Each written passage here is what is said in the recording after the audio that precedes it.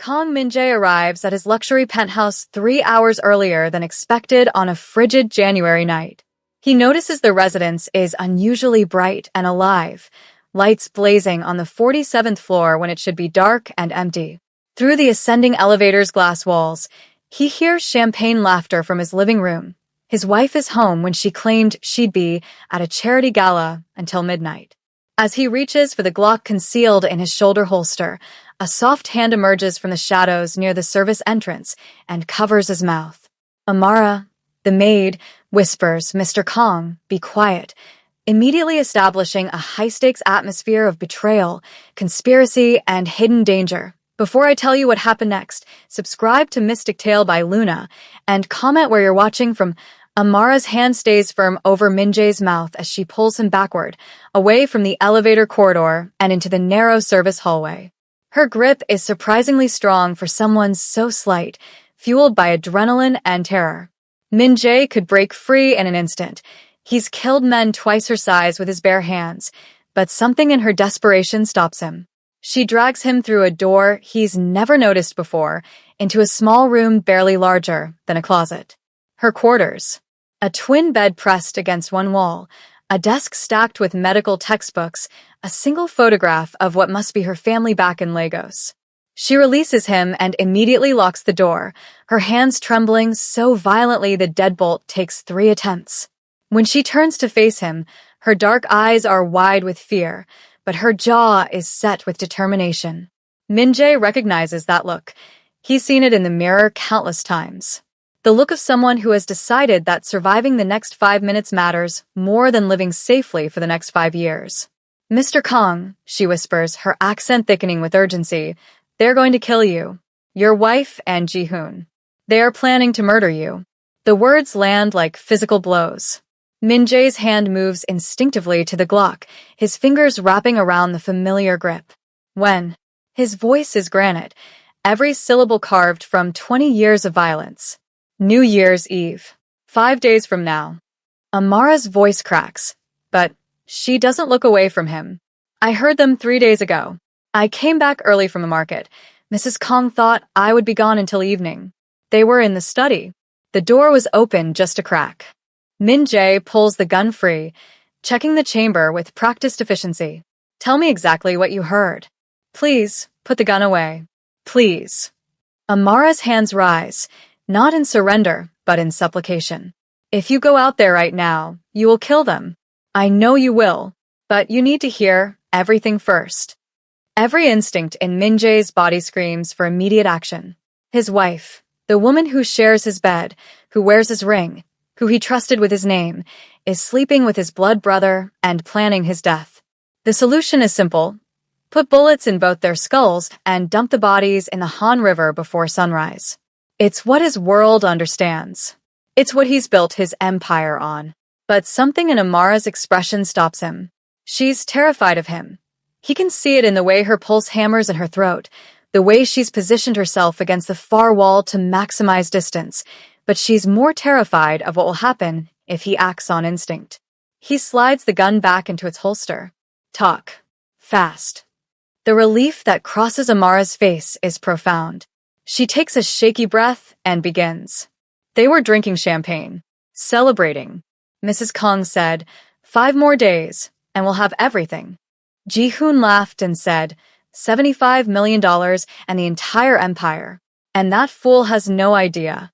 Min-jae's hands curl into fists, but he stays silent. "They talked about the method," Amara continues, her voice steadier now, falling into the clinical precision of her medical training. "Potassium chloride. Ji-hoon has a contact at Seoul National University Hospital, someone in the pharmacy department. It's pharmaceutical grade, untraceable in standard toxicology unless they specifically test for it. They plan to put it in your champagne during the New Year's Eve toast. Enough to cause cardiac arrest within minutes." "How much?" Min-jae asks, his mind already calculating, strategizing. "I don't know the exact dosage, but Mrs. Kong said it would look like a heart attack from stress. That's the plan, to frame it as natural causes. You're 39, you run a high-stress organization, you don't sleep enough, you drink. The narrative writes itself." Amara's fingers twist together.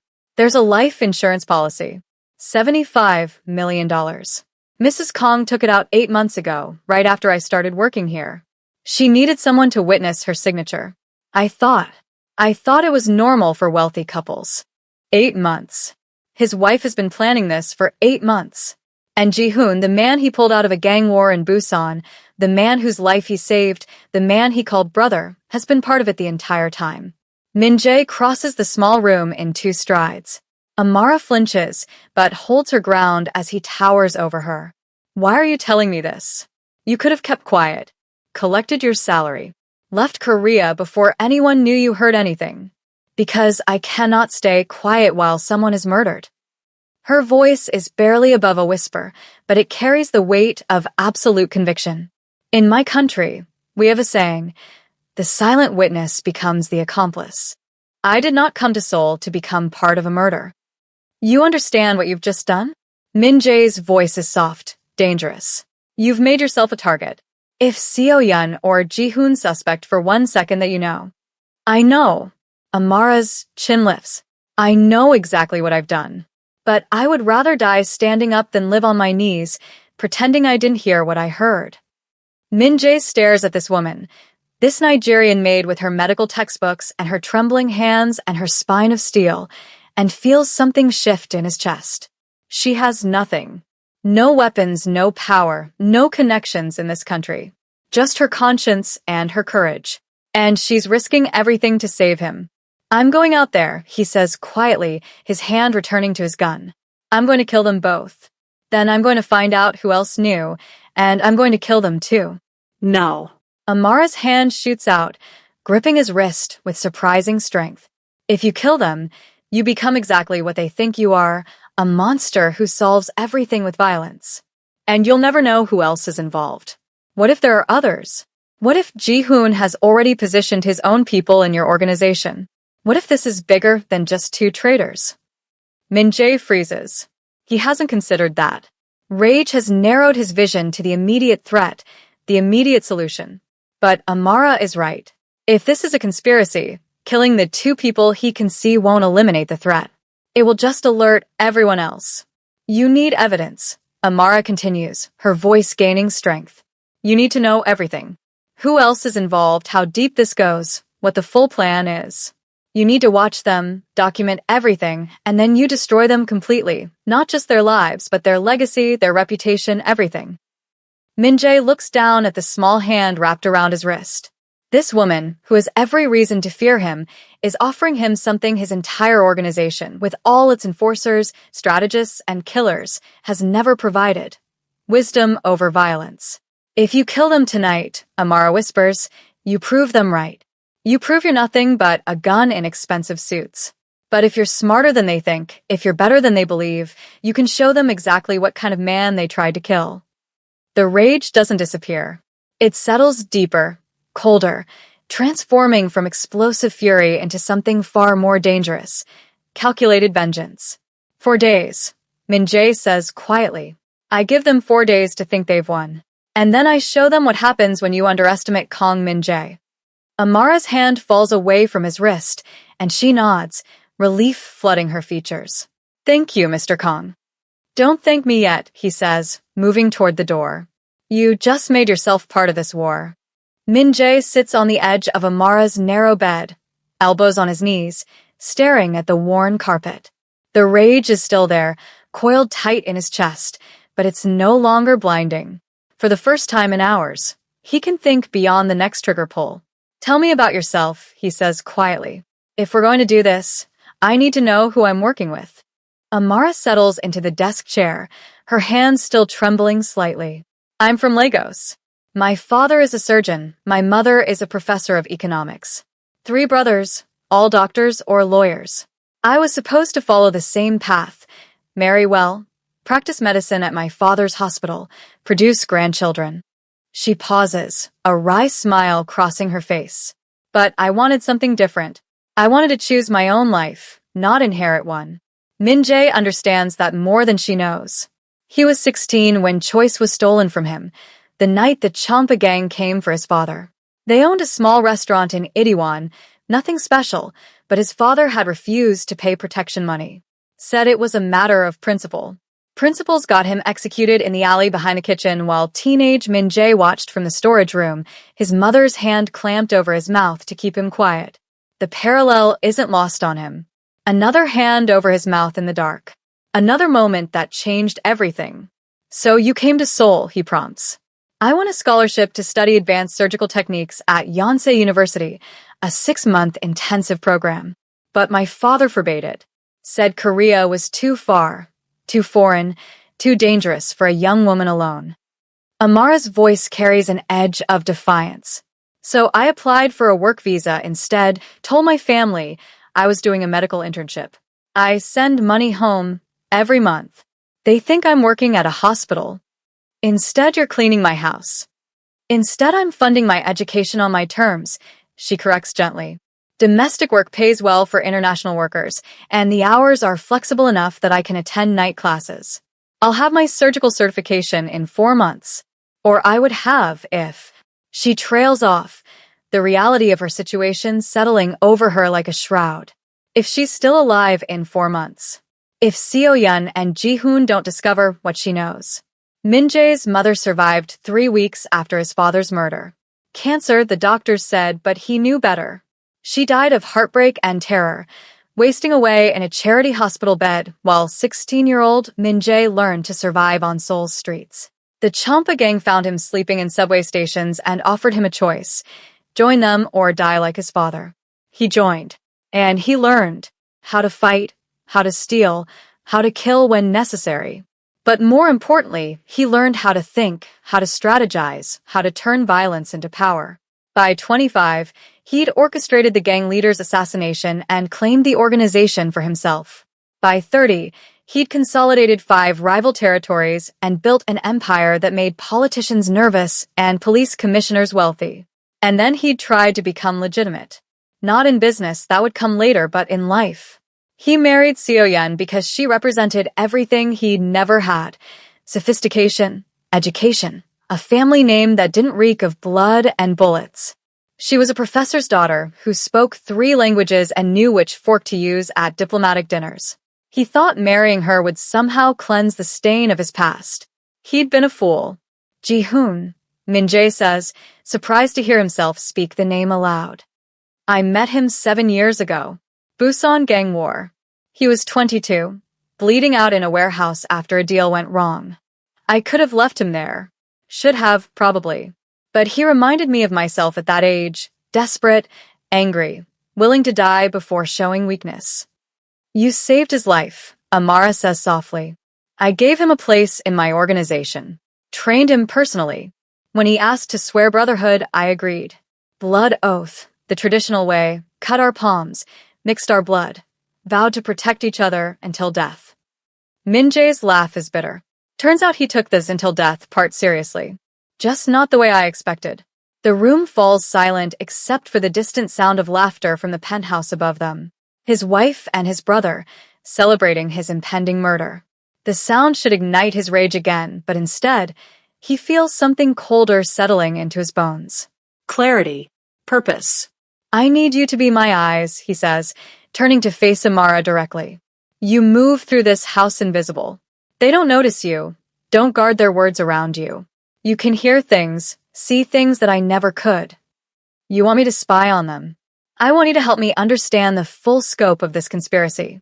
Who else is involved, what the complete plan is, every detail they think is safe to discuss when the help is in the room." He pauses. "I won't lie to you. It's dangerous. If they suspect." "I know what happens if they suspect," Amara interrupts. "I've already made my choice, Mr. Kong. I didn't tell you about the plot just to hide in my room while you handle everything alone." Min Jae studies her face, the set of her jaw, the determination in her eyes. She's terrified, yes, but she's also resolute. It reminds him of himself at 16, deciding to join the gang that killed his father rather than die in the streets. Sometimes survival requires walking straight into the fire. "Then we need to establish rules," he says. "First, you never confront them directly. You observe, you listen, you report to me. Second, you're never alone with either of them in a private space. Stay in common areas, always have an exit. Third, if anything feels wrong, If you sense even a hint of suspicion, you come to me immediately. What will you do? I'll install surveillance. Cameras, audio feeds, everything. I have people who can make the equipment invisible. But that takes time, probably 2 days to do it properly. Until then, you're my only source of intelligence. He stands, the decision made. I'll pay you what I would pay any intelligence operative in my organization. Triple your current salary, deposited into an account they can't trace. I don't want your money, Mr. Kong. It's not charity. You're risking your life. That deserves compensation. He moves toward the door, then pauses. And I'll provide protection. One of my people, someone I trust absolutely, will shadow you whenever you leave this building. You won't see him, but he'll be there. Amara nods slowly, processing the reality of what they're agreeing to. We're really doing this. 2 strangers against 2 people who've been planning this for months. Not strangers, Min-jae corrects quietly. Allies. You offered me wisdom when everyone else in my life has only offered violence or betrayal. That makes you more valuable than you know. He opens the door, checking the corridor before stepping out. The sound of laughter from above has stopped. He needs to make an appearance, play the role of the unsuspecting husband returning from his trip. 4 days. Amara whispers behind him. We have 4 days to expose them. 4 days, Min-jae confirms.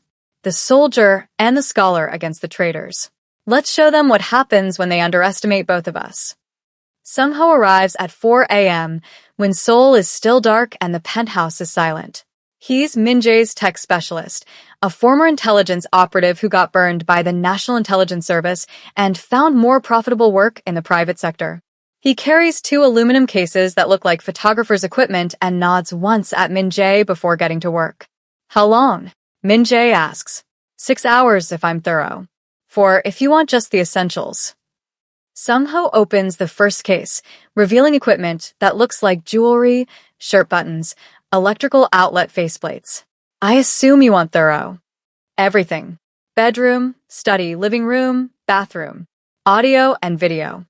Sung-ho's expression doesn't change. He's been doing this work long enough to know that when a man wants cameras in his own bedroom, the marriage is already dead. The wife will be back when? She's at her mother's until this afternoon. Told me she needed space after I ruined her gala plans by coming home early. Min-jae's voice is flat. Ji-hoon is handling business in Gangnam until evening. Then we have time. Sung-ho pulls out what looks like a smoke detector. This goes in the bedroom ceiling. 4-way coverage, night vision, records to encrypted cloud storage. You'll have access from any device. He pauses. You sure you want to see what you're going to see? Min-jae doesn't answer. The question is irrelevant. He needs evidence, documentation, proof that will stand up not just in his world, but in a courtroom. Knowing is better than suspecting. Always. Amara appears in the doorway with coffee, still in her uniform despite the early hour. She sets the tray on the kitchen counter and retreats without a word, understanding instinctively that this operation requires silence and invisibility. But Min-jae catches her eye for a moment, sees the worry there, the shared knowledge of what they're building toward. Sung-ho works with surgical precision. The cameras are microscopic, embedded in objects that were already there or disguised as innocent replacements. A picture frame in the study, a decorative vase in the living room, the bathroom mirror replaced with one that has a lens built into the frame.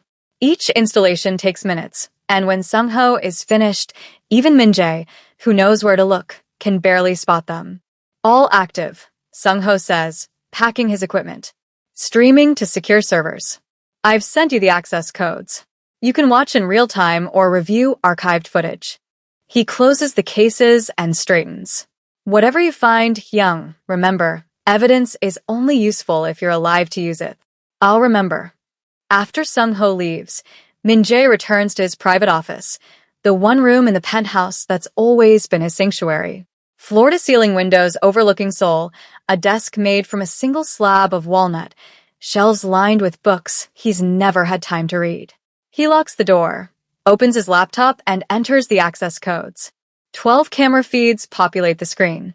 Empty rooms, still and waiting. He should sleep. He's been awake for 22 hours.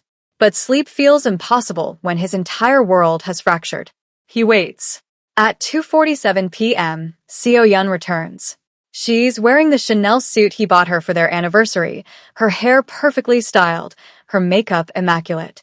She walks through the penthouse calling his name, and when she finds him in his office, she smiles that practiced smile that once made him believe he'd found something real. "Darling, I'm sorry about last night. I overreacted." She crosses to him, places manicured hands on his shoulders. "Forgive me?" Min-jae plays his part. He stands, kisses her cheek, tells her it's forgotten. She relaxes against him, and he wonders how many times she's held him while planning his death. How many times she's shared his bed while counting down the days until she inherits everything. "I have business tonight," he lies smoothly. "Don't wait up." "Of course." Another smile. "I'll be here when you get back." He leaves the penthouse at 6, drives aimlessly through Seoul for an hour, then parks in a garage 3 blocks away and returns through the service entrance. Amara is waiting in the kitchen, her eyes asking the question she can't voice. "Is it working?" Min-jae nods once and retreats to his office.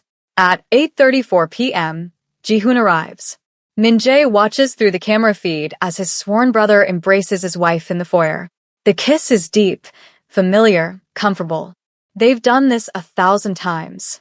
Ji-hoon's hand slides down Seo-yeon's back with practiced intimacy, and she laughs. That real laugh Min-jae hasn't heard in years. They move to the bedroom. Min-jae's bedroom. His bed. He should turn it off. Should close the laptop and walk away.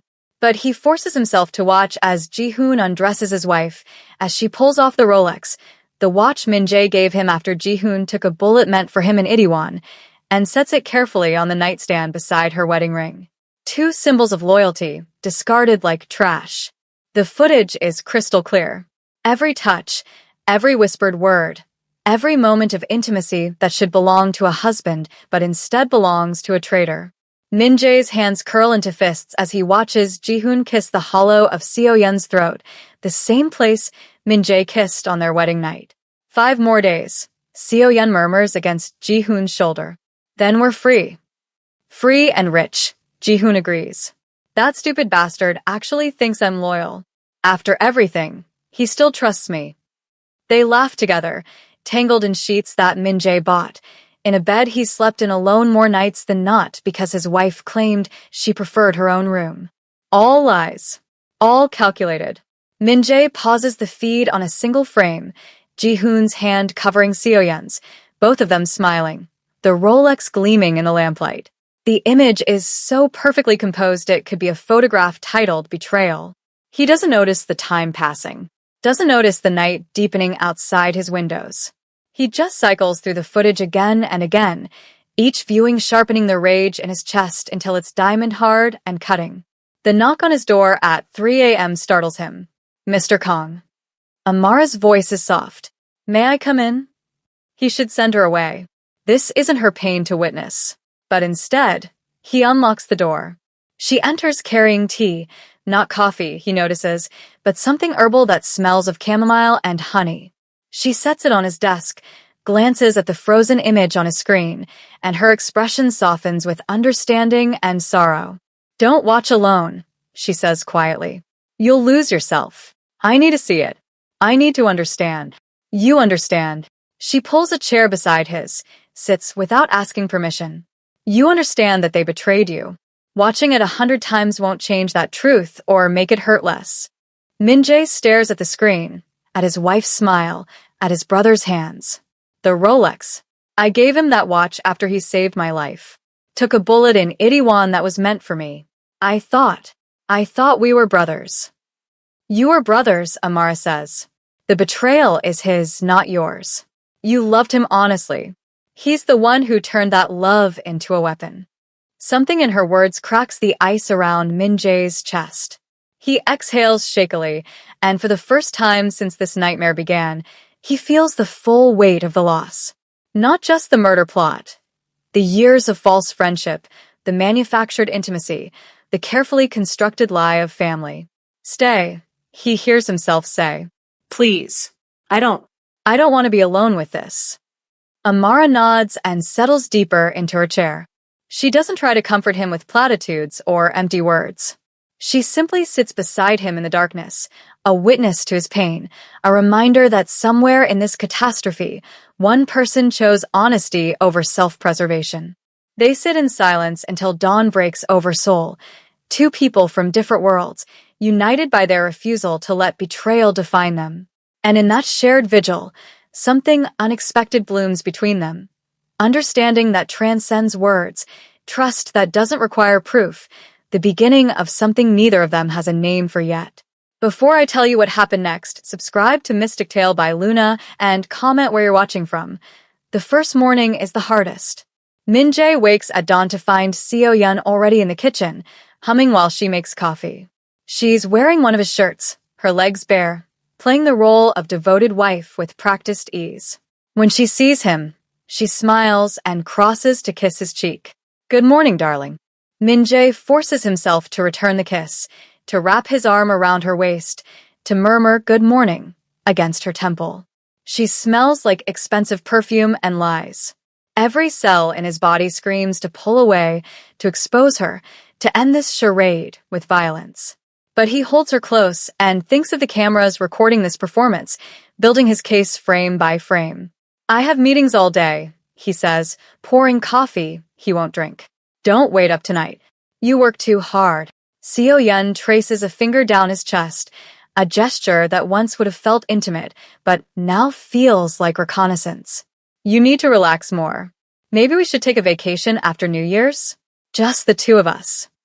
After New Year's, after she expects him to be dead, Min-jae wonders if she's already planning where to spread his ashes, or if she'll skip the cremation entirely and just throw his body in the Han River. "Maybe," he says, and kisses her goodbye like a man who doesn't know his wife is counting down the hours until his murder. The second day, Ji-hoon arrives for their weekly strategy meeting. They sit in Min-jae's study, cameras hidden in the bookshelf, in the lamp, in the picture frame of the two of them at Ji-hoon's initiation ceremony 7 years ago, and review territory reports, discuss upcoming deals, plan enforcement actions against rival organizations. Ji-hoon leans back in his chair, completely at ease. "You seem tense, Hyung. Everything okay?" "Fine." Min-jae lies, studying the man he once called brother. "Just tired." "You know what you need?" Ji-hoon grins, that easy smile Min-jae used to trust. "A mistress. Someone young and pretty to take your mind off business." Seo-yeon wouldn't mind. Hell, she'd probably be relieved you're bothering someone else for a change. The casual cruelty of it, the way Ji-hoon insults Min-jae's wife while fucking her in secret, the way he jokes about infidelity while planning murder, would be almost funny if it weren't so vicious. Min-jae forces a laugh and changes the subject to shipping routes through Busan. Later, he'll watch the footage and see the micro-expressions that betray Ji-hoon's true feelings. The contempt that flashes across his face when Min-jae's back is turned. The way his hand moves to his phone, texting someone Seo-yeon, no doubt, while pretending to take notes. Each small gesture another nail in the coffin Min-jae is building. The third day, Seo-yeon corners him in the bedroom. "You're being distant," she says, and there's an edge to her voice. "Is there someone else?" The accusation is so absurd, so perfectly inverted from reality, that Min-jae almost breaks character. Instead, he cups her face in his hands and lies with the same skill she's demonstrated. "There's no one else. You're my wife. I'm just stressed about the New Year's Eve party." The party. She softens, mollified. "It's going to be perfect. I've invited everyone important. It'll be a night no one forgets." A night no one forgets. Min-jae thinks of the poisoned champagne she's planning, the toast that's supposed to end with his death, and feels nothing but cold calculation. She's right, it will be unforgettable. Just not the way she expects. "I'm sure it will be beautiful," he says, and kisses her like a man who doesn't know his wife is rehearsing his eulogy. The nights belong to Amara. They meet in the service corridors after midnight, when Seo-yeon is asleep and the penthouse is silent.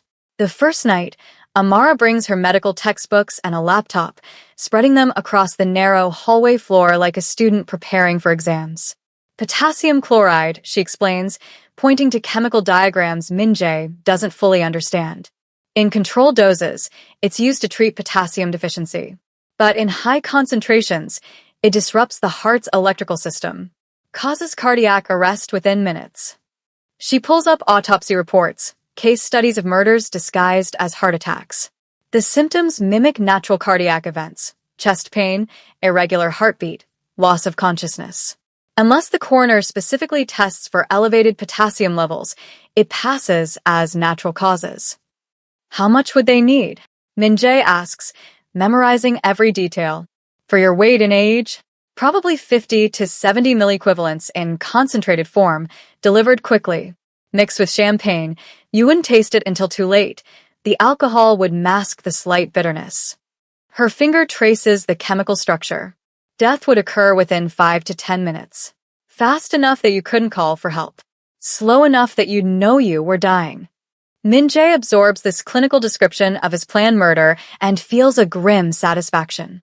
Knowledge is power, and Amara is giving him the tools to understand exactly how they plan to kill him. Your turn, she says, closing the textbook. Teach me your world. So he does.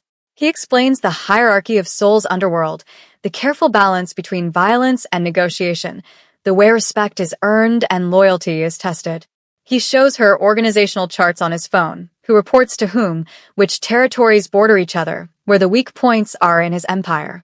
Ji-hoon controls the southern territories. Min-jae explains. Busan, Daegu, most of the ports. He's been positioning his own people in key positions for the past year. I thought he was just being ambitious, grooming his crew for bigger responsibilities. He zooms in on a section of the chart. Now I see what he was really doing, building a power base to take over after I'm dead. So when you expose them, you'll need to remove his people too, Amara says, understanding immediately. Otherwise they'll retaliate. Exactly. Min-jae looks at her with renewed respect. You understand strategy. I understand survival. She meets his gaze in the dim corridor lighting. In Lagos, in my family, you learn quickly how to navigate power structures. Who has real authority versus who just has titles. How to position yourself to endure when everything shifts. It's not so different from your world, just different stakes. They talk until 3, for in the morning, their voices hushed whispers in the darkness. Amara shares stories of Lagos, the pressure to conform, to marry according to her family's expectations, to suppress her own ambitions for the sake of tradition. Min-jae tells her about the years after his parents' death, the brutal education of Seoul's streets, the moment he decided to build something permanent from the chaos. I thought marriage would legitimize me, he admits one night, the confession coming easier in the shadows. Like if I had a wife from a good family, wore expensive suits, lived in a penthouse, I could erase where I came from. Stupid. Not stupid, Amara says gently. Human. We all want to believe we can reinvent ourselves, that the past doesn't define us. Does it? Define us. She considers this. It shapes us. But we choose what we build from that shape. You were orphaned and brutalized, and you could have become just another thug.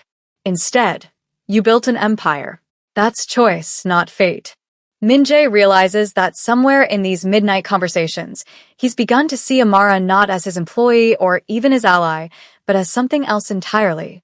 Someone who understands the weight of survival, the cost of ambition, the loneliness of living in a world where everyone wants something from you. On the 4th night, 36 hours before the New Year's Eve party, they sit side by side in the corridor, shoulders nearly touching, reviewing the accumulated evidence. Hours of footage, documented lies, recorded conspiracy conversations. It's comprehensive, damning, irrefutable. We're ready, Amara says quietly. You have everything you need. Almost everything. Min-jae turns to face her in the dim light. I need you to promise me something. Tomorrow night, when it all happens, you stay in your room. Lock the door. Don't come out until I tell you it's safe. Mr. Kong. Min-jae, he interrupts. After 4 days of this, I think you've earned the right to use my name. Min-jae, she says, and his name sounds different in her accent, softer somehow. I'm not hiding while you face them alone. You won't be hiding. You'll be surviving. That's the language we both speak, remember? Amara nods slowly, and in that moment, Min-jae understands that they've forged something rare in his world. Trust built not on fear or obligation, but on mutual respect and shared purpose. Tomorrow, he'll destroy the people who betrayed him. But tonight, sitting in a dim corridor with a woman who risked everything to save his life, he feels something he hasn't felt in years. Hope. Min-jae arrives at Amara's door at 11 p.m. carrying a small velvet box that could contain jewelry. In a way, it does, just not the kind most men give to women. He knocks twice, softly, their established signal. She opens the door still dressed in her uniform, though her shift ended hours ago. Her medical textbooks are spread across the narrow desk, notes written in a mixture of English and what he assumes is Yoruba. She's been studying, preparing for exams that may never happen if tomorrow night goes wrong. "Come in," she says, stepping aside. The room feels smaller with him in it. Min-jae is acutely aware of the intimacy of this space, her bed with its carefully made covers, the photograph of her family on the nightstand, the scent of cocoa butter, and something floral he can't identify. This is Amara's private world, and he's invading it. "I have something for you," he says, opening the velvet box. Inside, nestled in black silk, is what appears to be an elegant coat button, brushed gold with subtle Cartier engraving. Sung-ho finished it this afternoon. Amara leans closer, examining it. It's beautiful. It's also a camera. Min-jae lifts the button carefully, tilting it so she can see the microscopic lens embedded in the center of the design. 4-hour battery life, streams directly to encrypted servers. You'll wear it on your uniform tomorrow. They'll see you serving them, but they won't see that you're documenting everything. She takes the button from his palm, her fingers brushing his. The touch is brief, but electric, and Min-jae feels it travel up his arm like current. Amara doesn't seem to notice, or if she does, she doesn't show it. She's focused on the button, turning it in the light.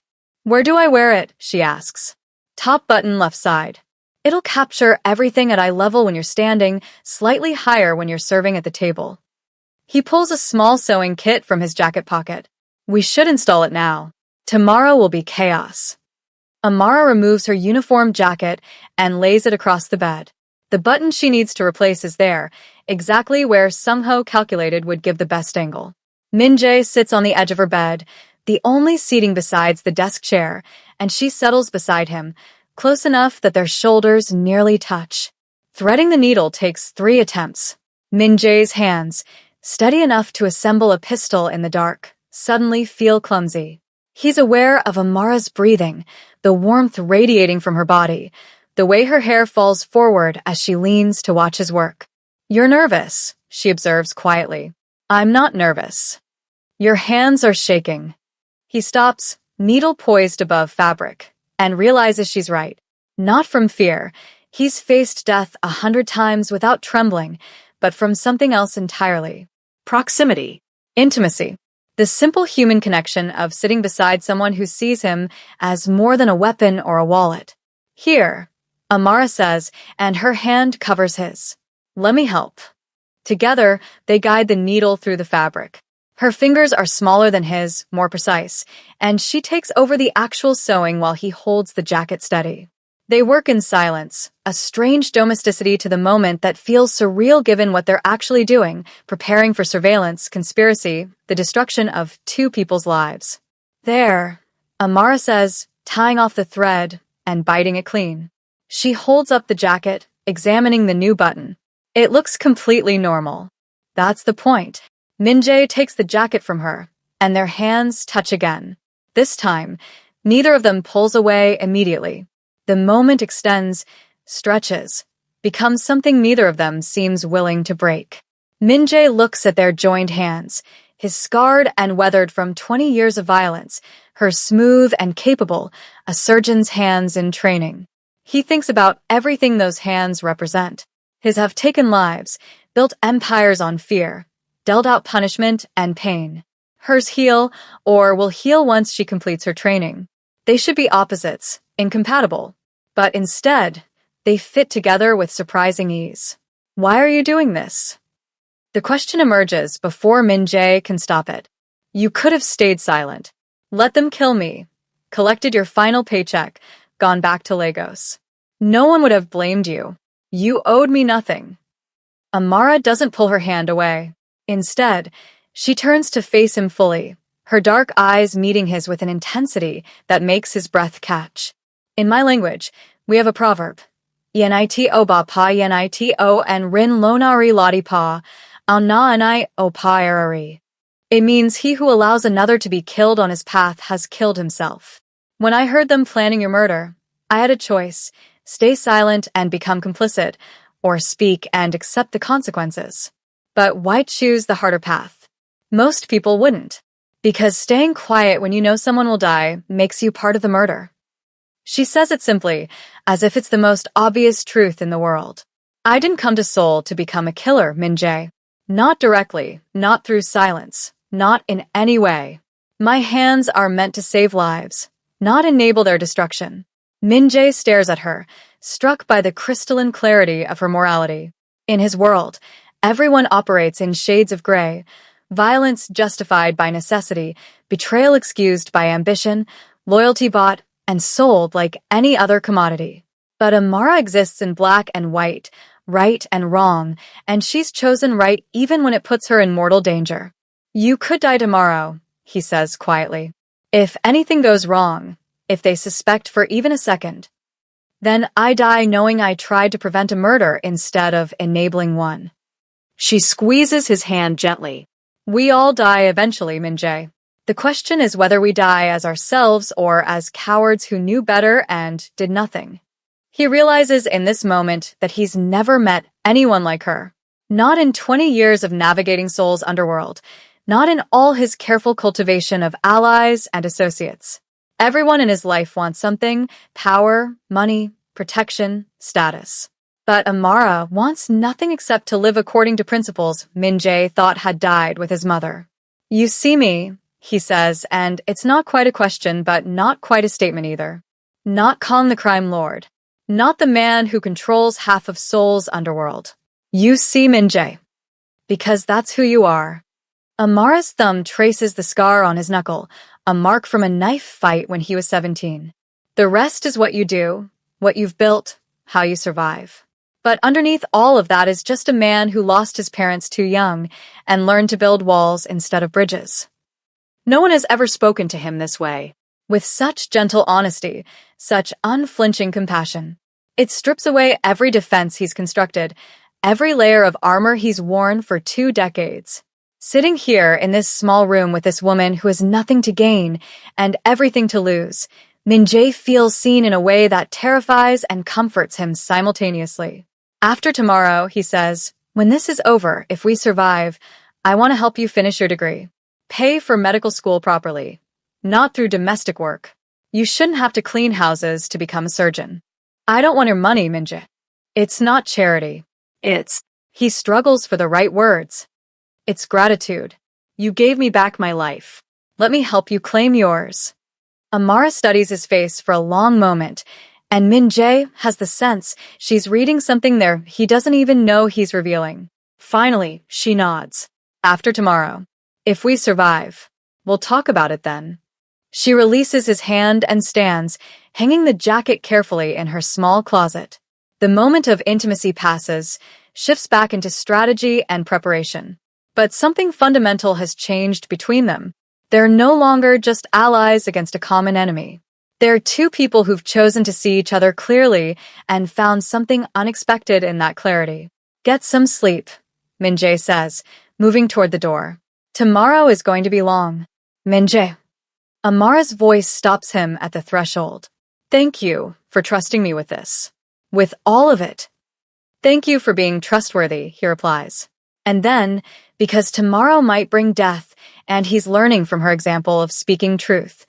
You're the most honest person I've ever met. In 20 years, no one has ever just told me the truth without calculating the cost first. The truth is free, Amara says softly. It's the lies that cost everything. Min-jae carries those words back to his office, where he'll spend the next several hours reviewing footage and finalizing tomorrow's plan. But for the first time in 4 days, for the first time in years, really, he feels something other than cold calculation. He feels hope. And it centers entirely on a Nigerian woman with a surgeon's hands and a warrior's heart who chose morality over safety and, in doing so, showed him what real loyalty looks like. The penthouse transforms throughout the day. Florists arrive at dawn with arrangements of white orchids and winter roses. Caterers fill the kitchen with delicacies: Jeju black pork, fresh uni, imported wagyu. By evening, the space gleams like a jewel box, crystal and candlelight reflecting off marble floors and floor-to-ceiling windows that frame Seoul's glittering skyline. Seo Yun orchestrates everything with military precision.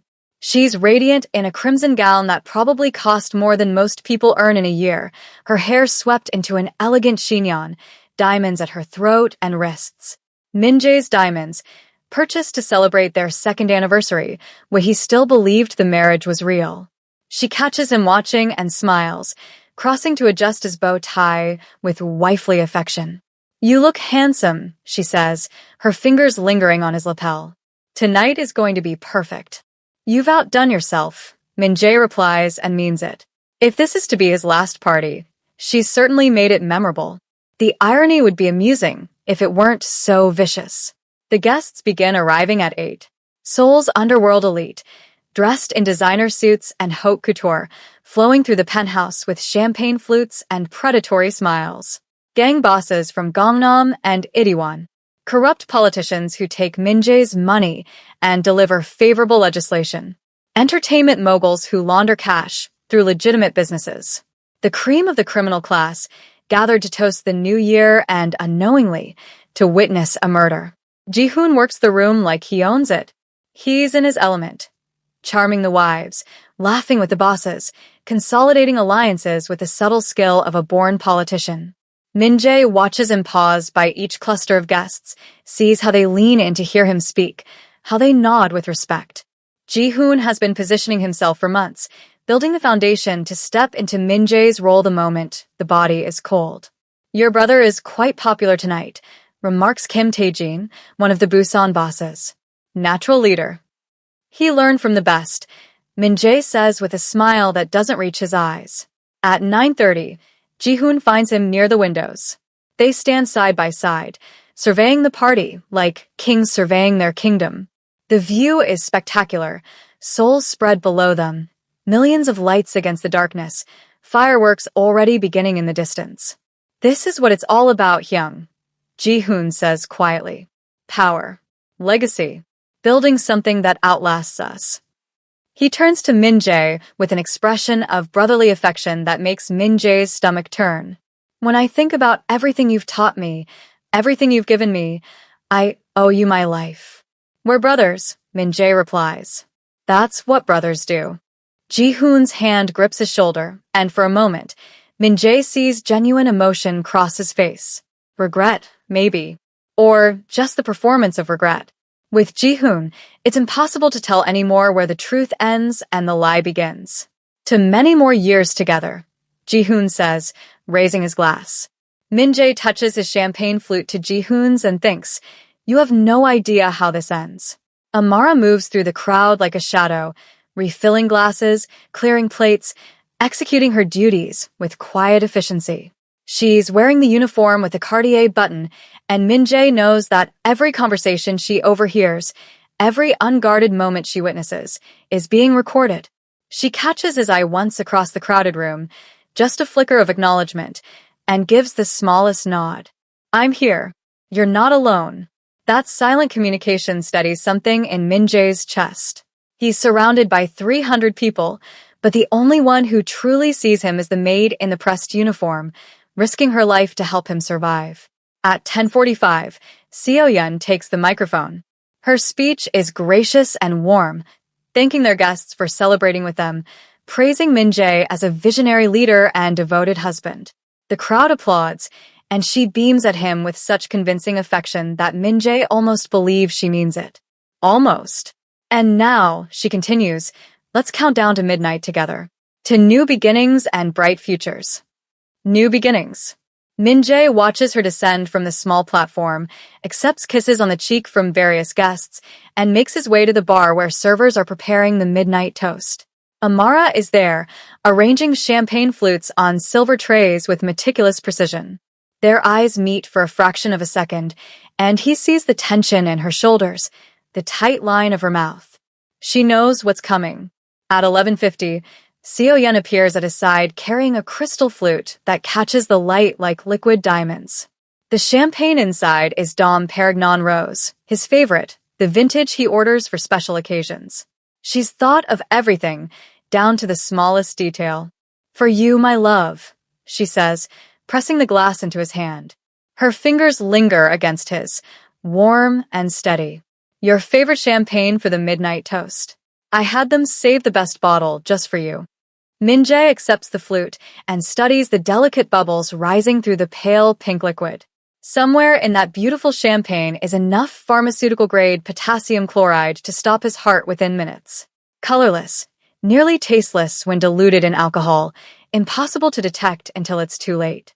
Seo-yeon has researched well. "You're too good to me," he says. "You deserve the best." She rises on her toes to kiss his cheek and whispers against his ear, "Happy New Year, darling." Min-jae holds the poisoned champagne and watches his wife move through the crowd, greeting guests, laughing at jokes, playing her role with flawless execution.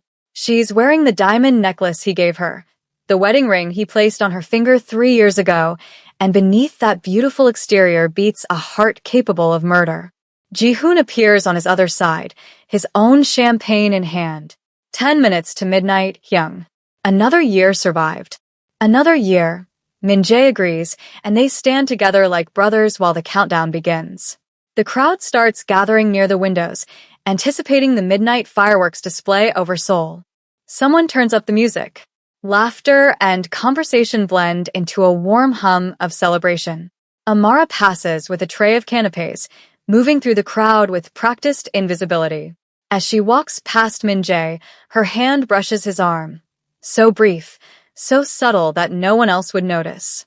But he feels it like an anchor, a reminder that in this room full of vipers and betrayers, one person stands with him honestly. The giant screens throughout the penthouse begin the countdown. 60 seconds. The crowd's energy shifts, excitement building toward the traditional midnight toast. Seo-yeon catches his eye across the room and raises her glass in a private salute, her smile radiant. Ji-hoon grips his shoulder in brotherly affection. 45 seconds. Min-jae lifts the crystal flute, feeling the weight of it, the perfect balance of baccarat crystal and deadly chemistry. The champagne catches the light, beautiful and lethal. 30 seconds. The crowd begins chanting the countdown. Seo-yeon and Ji-hoon move closer, flanking him like guards of honor. Or executioners. The distinction has become meaningless. 15 seconds. Min-jae's finger finds the secure device in his pocket, the signal that will begin the end. Not of his life, but of theirs. 10. 9. 8.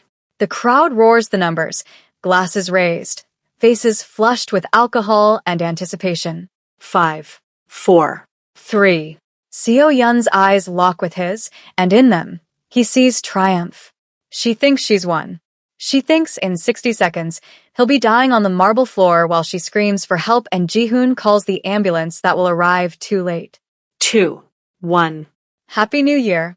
The room erupts in celebration, fireworks exploding over Seoul's skyline in bursts of gold and crimson. And Min-jae raises the poisoned champagne to his lips, while his wife watches with murder in her heart and a smile on her face. Before I tell you what happened next, subscribe to Mystic Tale by Luna, and comment where you're watching from. Min-jae raises the crystal flute as champagne corks pop across the penthouse and 300 voices shout, "Happy New Year." The noise is deafening. Laughter, cheers, the percussion of fireworks over Seoul's skyline. But he waits, glass elevated, until the traditional silence falls. Everyone knows the protocol. The host speaks first. The host makes the toast. The room quiets, faces turned expectantly toward him. Seo-yeon stands to his left, radiant and confident. Ji-hoon to his right, already reaching to clink glasses. They're positioned perfectly, flanking him like honor guards at a funeral. His funeral. To loyalty, Min-jae begins, his voice carrying across the hushed penthouse. To family, To the people who stand with you when the world burns. He pauses, letting the words settle. Seo-yun's smile widens. She thinks he's talking about her, about Ji-hoon, about the false family they've constructed around him. She doesn't see the signal Min-jae gives with his free hand, a subtle gesture towards Sung-ho, standing near the main control panel. And to truth, Min-jae continues, which always finds the light. Every screen in the penthouse erupts simultaneously. The massive projection wall, the mounted televisions, even the tablet servers are using to track orders. All of them flood with the same footage. Crystal clear, time-stamped, undeniable. Seo-yun and Ji-hoon in Min-jae's bed. Her wedding ring discarded on the nightstand beside his Rolex. Their bodies tangled in sheets Min-jae paid for, in a home he built, living a lie he funded. The room freezes. 300 people stop mid-celebration, champagne glasses suspended, mouths falling open in collective shock. The footage shifts. Now it's the study for days ago. Seo-yun and Ji-hoon reviewing documents, and the audio is perfectly clear. $75 million and the entire empire. And that stupid bastard has no idea. Ji-hoon's voice, full of contempt and triumph. Then Seo-yun's laughter, crystalline and cruel. He'll die never knowing how much I despised him. All those years playing the devoted wife, and he actually believed it. Another shift. The bedroom again 3 nights ago. Ji-hoon's voice. 5 more days and we're free. The fool who trusts too easily is about to get exactly what he deserves. Seo-yun's face on the screen is twisted with mockery. To think he gave you that watch for saving his life. You should have let him die then. Would have saved us all this trouble. The penthouse has gone silent except for the audio from the footage. Min-jae watches the crowd's faces transform from confusion to understanding to horror. These are hardened criminals, people who've built empires on betrayal and violence, but even they recognize the sanctity of certain bonds. Marriage, blood brotherhood. These aren't just crimes, they're violations of the codes that keep their world from descending into total chaos. Turn it off. Seo-yun's scream shatters the silence. She lunges toward the control panel, but Sung-ho blocks her path. It's fake. Fabricated. Is it? Min-jae's voice cuts through her panic like a blade. He turns to face her fully, the poisoned champagne still in his hand. Is it fabricated that you're fucking my blood brother? Is it fabricated that you took out a $75 million life insurance policy 8 months ago? Ji-hoon's hand moves toward his jacket, toward the gun Min-jae knows he carries, but before his fingers reach the weapon, Sung-ho and 3 of Min-jae's most trusted men have him surrounded, their own weapons drawn and leveled. Don't, Sung-ho says quietly. You move, you die. Right here, right now. The footage continues playing. More bedroom scenes. More conspiracy conversations. The clinical discussion of potassium chloride dosages. Seo-yun's voice explaining how she'll cry at the funeral, how she'll play the grieving widow, how the insurance payout will be expedited because Min-jae's high-stress lifestyle made cardiac arrest so believable. You planned this for months, Min-jae says, advancing on his wife. She backs away, her crimson gown a slash of color against the white marble. You rehearsed my murder like it was a performance. You counted down the days until you could poison me and inherit everything I built. Min-jae, please. Seo-yun's composure cracks, tears streaming down her face. It's not what it looks like. Ji-hoon seduced me, manipulated me. Stop. Ji-hoon's voice is flat, defeated. He's staring at the screens, watching his own betrayal documented in high definition. It's over, Seo-yun. He knows everything. Min-jae holds up the crystal flute, the champagne catching the light. This is the champagne you gave me. Dom Perignon Rose. My favorite. He swirls it gently. Tell everyone what's in it besides alcohol. Seo-yun's face goes white. I don't know what you're talking about. Potassium chloride, Min-jae says conversationally, addressing the crowd. Pharmaceutical grade. Enough to cause cardiac arrest within 5 minutes. Untraceable in standard toxicology.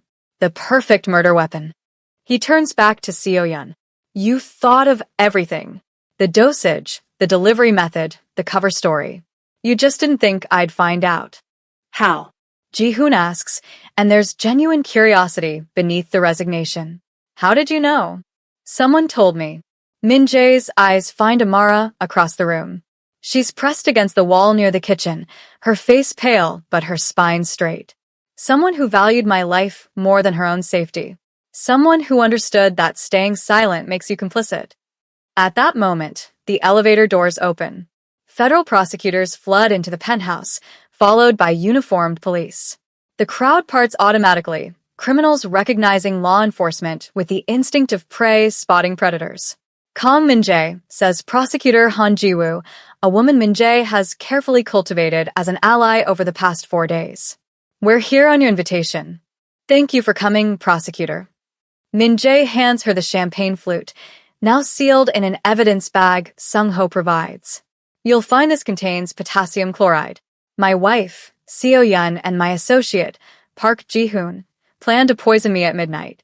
I have complete documentation, video, audio, financial records of the insurance policy, evidence of conspiracy to commit murder. This is insane. Seo-yeon shrieks, her elegant facade completely shattered. He's lying. He's a criminal trying to frame his innocent wife. Ma'am, Prosecutor Han says calmly, gesturing to the screens still playing damning footage. We've been watching the live feed for the past 10 minutes. We have more than enough for arrest and prosecution. 2 officers move toward Seo-yeon. She bolts, attempting to flee toward the private elevator, but there's nowhere to run in a penthouse 47 floors above Seoul. They catch her within seconds, and her screams turn incoherent as they secure her wrists in handcuffs. Ji-hoon doesn't run. He stands perfectly still as officers approach, his eyes locked on Min-jae. I really did save your life in Itaewon-hyung. That part was real. I know, Min-jae says quietly, which makes this so much worse. I'm sorry, and Ji-hoon sounds like he means it. For what it's worth, I really did love you like a brother. Once. Not enough, Min-jae replies. Brothers don't conspire to murder each other for money. The officers secure Ji-hoon and begin reading both suspects their rights. The penthouse full of criminals watches in stunned silence as one of their own, one of the most powerful men in Seoul's underworld, cooperates with federal prosecutors to destroy his wife and blood brother through legal channels rather than bullets. Prosecutor Han approaches Min-jae once the suspects are secured. We have everything we need. The evidence you provided over the past 4 days is comprehensive. They'll both face life sentences. Good. Min-jae sets down his own champagne, the one he never intended to drink, and watches as they escort Seo-yeon and Ji-hoon toward the elevator. His wife is still screaming, hurling accusations and threats. His former brother is silent, head bowed, accepting his fate. As the elevator doors close on them, Min-jae turns to face his guests. 300 of Seoul's most dangerous people, all staring at him with a mixture of shock, respect, and fear. The party is over, he says simply. Thank you for coming. Happy New Year. They file out in silence, and Min-jae is left standing in his penthouse, surrounded by the wreckage of his old life and the evidence of his survival. His eyes find Amara, still pressed against the wall, tears streaming down her face. She whispered, "Be quiet," and saved his life. Now, watching justice unfold in real time, she's the only person in this entire room whose hands are clean. Min-jae crosses to her and says the only words that matter. Thank you. The trial begins 3 weeks after New Year's Eve and immediately becomes Seoul's most sensational legal proceeding in a decade. The media can't get enough. A powerful crime lord as the victim, his socialite wife and trusted enforcer as would-be murderers, a conspiracy involving poison, and a $75 million insurance policy. Cameras crowd the courthouse steps. Reporters shout questions that go unanswered. The public gallery fills hours before proceedings begin, spectators desperate for a glimpse of the drama. Prosecutor Han Ji-woo presents the evidence with methodical precision. The surveillance footage plays on courtroom monitors, Seo-yeon and Ji-hoon in bed, planning murder over champagne, discussing dosages and timing with clinical detachment. The champagne flute, tested and confirmed to contain lethal levels of potassium chloride. Financial records showing the insurance policy, the pharmacy contact at Seoul National University Hospital, the paper trail of a conspiracy months in the making. Min Jae sits in the witness stand for 6 hours over 2 days, answering questions about his marriage, his business relationship with Ji-hoon, the night he came home early and discovered their plan. He doesn't embellish. He doesn't need to. The facts speak for themselves. Seo-yeon's defense attorney attempts to paint her as a victim of coercion, a woman manipulated by Ji-hoon's charisma and promises. The jury watches footage of her laughing about Min Jae's impending death and doesn't buy it.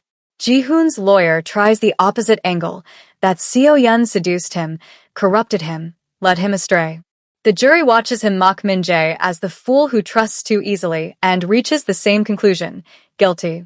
The verdict comes down after 3 hours of deliberation. Life sentences without possibility of parole. Conspiracy to commit murder, attempted murder, insurance fraud. Seo-yeon screams when the judge reads the sentence, hurling accusations at Min Jae across the courtroom until bailiffs remove her forcibly. Ji-hoon accepts his fate in silence, his eyes meeting Min Jae's one last time with something that might be regret. Min Jae feels nothing watching them led away in chains. Not satisfaction, not grief, not even relief. Just the cold certainty that this chapter of his life is closed permanently. But his cooperation with prosecutors opens other doors. In exchange for the evidence that convicted Seo-yeon and Ji-hoon, and for additional testimony about organized crime operations across Seoul, Min Jae negotiates immunity from prosecution for his own activities. It's not forgiveness. The prosecutors make that clear, but pragmatism. They want the networks, the connections, the intelligence only he can provide. The dismantling begins immediately. Min Jae calls meetings with his territory lieutenants, the men who've run his operations for years, and delivers the same message to each. The organization is dissolving. They can take their territories independent, absorb into rival groups, or, if they're smart, follow his lead and go legitimate. Some do. Most don't. Former allies become enemies overnight, seeing his transformation as betrayal rather than evolution. Lee Dong-wook, who ran the Gangnam territories, spits at Min Jae's feet during their final meeting. You're weak. That Nigerian bitch made you soft. Min Jae doesn't react to the slur, though his hands curl into fists beneath the table. I'm alive. Seo-yeon and Ji-hoon are in prison. Who's weak? The response silences Dong-wook, but it doesn't stop the whispers throughout Seoul's underworld. Kang Min Jae has lost his edge. Kang Min Jae chose prosecutors over his own people. Kang Min Jae fell for the help and forgot who he was. Let them whisper. Min Jae is building something different now. The transition to legitimate business is agonizing. He leverages his shipping contacts to establish an international freight company, routes he knows intimately, but stripped of their illegal cargo. He uses his real estate knowledge, gained from money laundering operations, to invest in commercial properties across Seoul. The networks remain, the relationships persist, but the violence drains away like blood from a wound. His reputation shifts in strange ways. The fear remains. People still know what he's capable of, but it's tempered now with something else. Respect, maybe. Or fascination. The crime lord who chose law over vengeance. The gangster who dismantled his own empire rather than pass it to traitors. Legitimate power feels different from power built on fear. It's less immediate, less visceral, but somehow more solid. When business partners shake his hand now, they're not wondering if he'll have them killed for disappointing him. When deals close, it's because both parties benefit, not because one side is terrified of consequences. Min Jae discovers that this quieter form of power is actually more sustainable, less exhausting than constantly maintaining dominance through violence. Throughout the transformation, Amara remains his anchor. She testifies at the trial, her account of overhearing the conspiracy corroborating Min Jae's surveillance evidence. Afterward, when reporters mob her outside the courthouse, Min Jae's security escorts her to safety. She's no longer the maid working in shadows but his associate, openly by his side. You don't have to do this, he tells her one night, 3 months after the trial. There in his office, no longer the penthouse, which he sold immediately, but a sleek workspace in a legitimate business tower. The media attention, the scrutiny. You could go back to Lagos, finish your degree there. I could, Amara agrees, reviewing case files for her upcoming exams. She's enrolled at Yonsei University's medical program now, fully funded by Min-jae despite her initial protests. But I won't. Why not? She looks up from her textbooks, and her expression is gentle but unwavering. Because I didn't save your life just to watch you rebuild alone. Because you need someone who remembers who you were and can help you become who you want to be. Because she pauses, choosing her words carefully. Because somewhere in this mess, you became important to me. The confession sits between them, honest and vulnerable. Min-jae crosses the office and sits beside her, their shoulders touching the way they did that first night in her small room when he was just a man trying to survive, and she was just a woman brave enough to speak truth. You're important to me too, he says quietly. More important than you should be after such a short time. We've been through more in 4 months than most people experience in years. Amara's hand finds his. Trauma and survival, they accelerate things. Make you see clearly what matters. They fall in love slowly after that, like people do when they've already seen each other's worst and chosen to stay anyway. There's no grand romance, no sweeping declarations. Just quiet dinners after her classes. Late nights reviewing his business proposals while she studies surgical techniques. Conversations that range from the mundane to the profound, building intimacy through accumulated moments rather than dramatic gestures. 6 months after the trial, Amara takes her medical certification exams and passes with honors. Min-jae hosts a small celebration, just the two of them and Sung-ho, who's transitioned with him to legitimate security consulting. They toast with champagne that isn't poisoned, and Amara laughs when Min-jae examines his glass suspiciously out of habit. I think you're safe, she teases. I'm trying to save lives now, remember? Not end them. Just checking, Min-jae replies, but he's smiling. It feels strange, this lightness, this peace. After 20 years of violence and fear, he's learning what it means to simply exist without constantly preparing for betrayal. I got the acceptance letter, Amara says, pulling an envelope from her bag. Seoul National University Medical School. Full scholarship for the surgical program. Min-jae takes the letter, reads it, feels pride swell in his chest. You earned this. Every bit of it. We earned it, she corrects.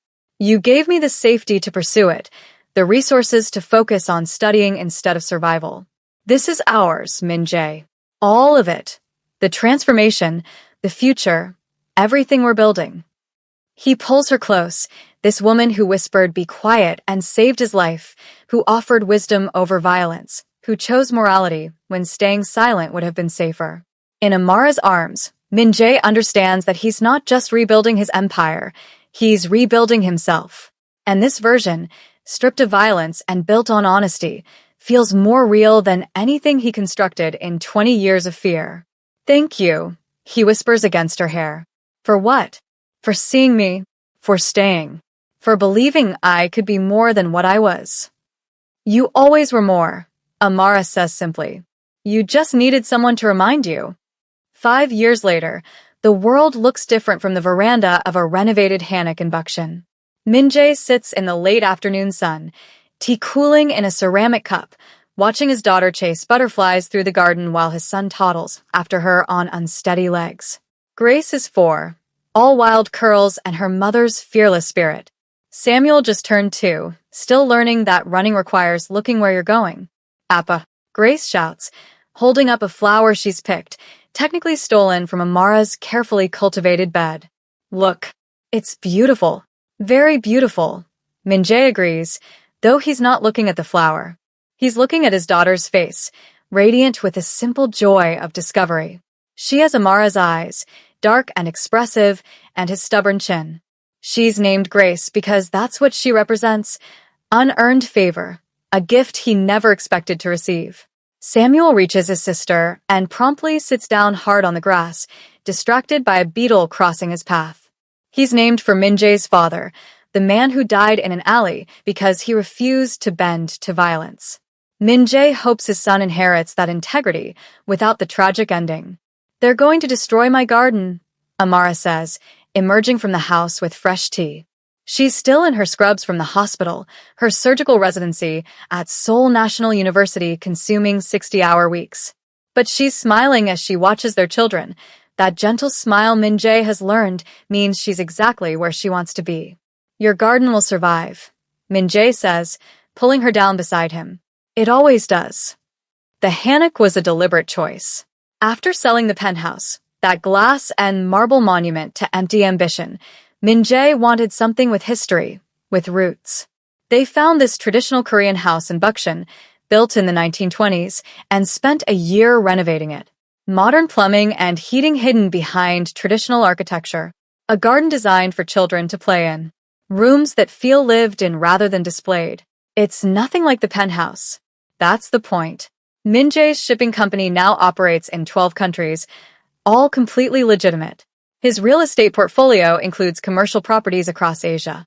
He sits on the boards of 3 hospitals, funds medical scholarships for African students studying in Korea, and serves as a consultant to the government on international trade. The empire he built on fear has been replaced by something quieter, but infinitely stronger. Influence earned through competence rather than violence, respect based on actual achievement rather than terror. Former associates still whisper that he's gone soft. Let them. Min-jae sleeps through the night now without a gun under his pillow. He comes home to children who run to him with sticky hands and unconditional love. He has a wife who knows every dark corner of his past and chose him anyway. Soft has never felt so much like strength. I have surgery tomorrow, Amara says, watching Grace attempt to teach Samuel how to smell flowers. Cardiac bypass on a 62-year-old woman. First time I'll be lead surgeon. You're ready. Min-jae's hand finds hers, their fingers interlacing with the ease of long practice. You've been ready for months. Dr. Kim just needed to accept that his resident has surpassed him.